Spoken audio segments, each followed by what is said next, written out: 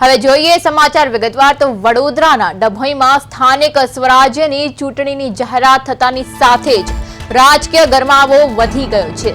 હનુમાન જયંતિ નિમિત્તે આયોજિત એક ભજન કાર્યક્રમમાં ડભોઈના ધારાસભ્ય શૈલેષ મહેતાએ નિવેદન આપ્યું છે, જેમાં સ્પષ્ટપણે જણાવ્યું હતું કે જે ઉમેદવારને જય શ્રી રામ બોલવામાં તકલીફ પડતી હોય તેનું તમે જય શ્રી રામ કરી નાખજો। આ નિવેદન ખાસ કરીને વોર્ડ નંબર 5ના સંદર્ભમાં જોવામાં આવી રહ્યું છે, જે અગાઉ 4માંથી 2 બેઠકો કોંગ્રેસ અને 2 બેઠકો ભાજપ પ્રેરિત અપક્ષ ઉમેદવારોએ જીતી હતી।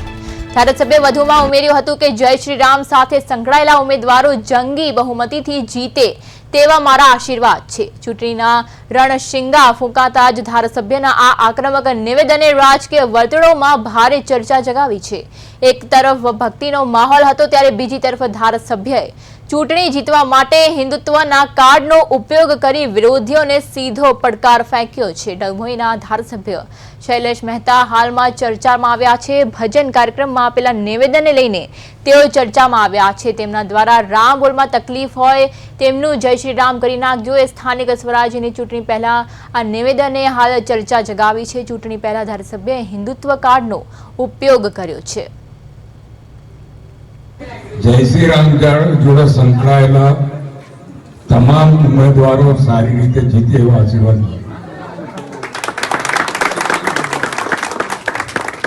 જેને જય શ્રી રામ બોલવામાં તકલીફ હોય એનું જય શ્રી રામ કરી નાખશે।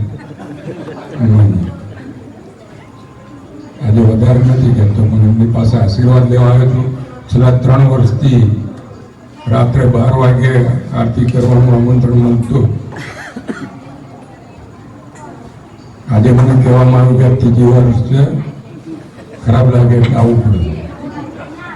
હું 11:25 ત્યાંથી ગાડી સ્ટાર્ટ કરી છે અને 11:45 અહીંયા આવી હતી, એટલે હનુમાનજી એમની સ્પીડ મને અહીંયા આવી।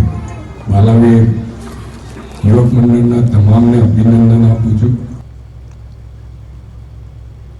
હવે જો વાત કરીએ વડોદરાની, તો વડોદરા જિલ્લામાં સ્થાનિક સ્વરાજ્યની ચૂંટણીની જાહેરાત સાથે જ રાજકીય ગતિવિધિઓ તેજ બની છે। ભારતીય જનતા પાર્ટી દ્વારા ઉમેદવારોની યોગ્ય પસંદગી કરવા માટે કરજણ એપીએમસી ખાતે એક મહત્વની સેન્સ પ્રક્રિયા હાથ ધરવામાં આવી છે। આજે ખાસ કરીને પાદરા અને કરજણ તાલુકાની નગરપાલિકા, તાલુકા પંચાયત અને જિલ્લા પંચાયતની બેઠકો માટે દાવેદારોને સાંભળવામાં આવી રહ્યા છે। પ્રદેશ ભાજપ દ્વારા નિયુક્ત કરવામાં આવેલા નિરીક્ષકો અને વરિષ્ઠ નેતાઓ અત્યારે કરજણ ખાતે હાજર છે અને ચૂંટણી લડવા ઈચ્છુક ઉમેદવારોનો પક્ષ સાંભળી રહ્યા છે। મોટી સંખ્યામાં ભાજપના કાર્યકરો અને સ્થાનિક આગેવાનો પોતાના ટેકેદારો સાથે સેન્સ આપવા માટે ઉમટી પડ્યા છે।